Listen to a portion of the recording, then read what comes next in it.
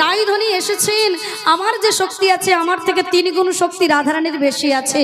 তাই ওদের হাত থেকে, রাধারানীর হাত থেকে বাঁচতে গেলে আমাদেরকে আমাদের রূপটা লুকোতে হবে, নইলে যে আমি রাধার উত্তর দিতে পারবো না।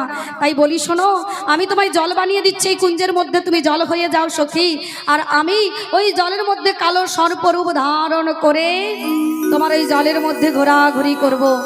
তাহলে আমাদের চিনতে পারবে না, রাধারানী শান্ত হয়ে যাবে। রাগ যখন স্থল পড়ে যাবে তাহলে দেখবে রাধারানী এখান থেকে চলে যাবে, আমাদের আর কোনো কষ্ট পেতে হবে না, আর আমাদের রাধারানীর থেকে লুকোতে হবে না।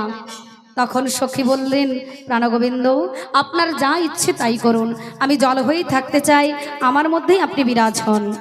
তাই বিরজা সখী জল হয়ে বিরাজমান, আর প্রাণগোবিন্দ সর্প হয়ে বিরাজমান, ওই জলের মধ্যে ঘোরাঘুরি করছেন। রাইধনী জোর করে কুঞ্জবিলাসে প্রবেশ করে দেখছেন, সে কি কুঞ্জবিলাসে সুন্দর করে ফুলের বিছানা সাজিয়ে রাখার কথা, আতর গোলাপ চুয়া চন্দনে ছিটিয়ে রাখবে ভক্তগণ, কিন্তু কোনো কিছুই নেই। এই কুঞ্জবিলাসের জল, আবার জলের মধ্যে ঘুরছে কালো সর্প।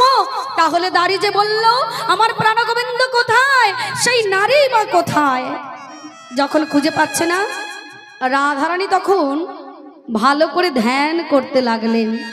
ধ্যান করে জানতে পারলেন কি, ও যে নারীকে প্রাণগোবিন্দ সৃষ্টি করেছিল তাকে জল বানিয়ে রেখেছে, আর প্রাণগোবিন্দ তিনি কালো সর্পরূপ ধারণ করে যেই জলের মধ্যে ঘুরছে। রাধারানী বলছে, ওগো গোবিন্দ, তুমি যদি হয়ে থাকো ভগবান, আমি তোমার পরম ভক্ত, আমি তোমার কেমন ভক্ত হয়েছি আজ আমি তোমায় প্রমাণ দেব। ভক্ত না হলে ভগবানকে কেউ চিনত না। ভগবান যেমন ভক্তকে ছাড়া থাকতে পারেন না, ভক্তও তেমনি কিন্তু ভগবানকে ছাড়া থাকতে পারেন না। আজ আমি তোমার প্রমাণ দিয়ে বুঝিয়ে দেবো এই ভক্ত আমি কেমন হয়েছি। তাই ভক্ত কি করলেন, তিনি ময়ূরের রূপ ধারণ করলেন। রাধা ঠাকুরানী ময়ূরের রূপ ধারণ করে বলছেন, প্রাণগোবিন্দ এইবার আমি তোমায় আঘাত করব, দেখি কতক্ষণ তুমি তোমার নিজের রূপকে লুকিয়ে রাখতে পারো।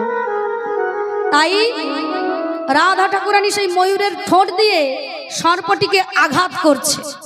যেই না একটা আঘাত করেছে, প্রাণগোবিন্দের এক জায়গায় বাঘ হয়ে গেছে ঠোঁটের আঘাতে।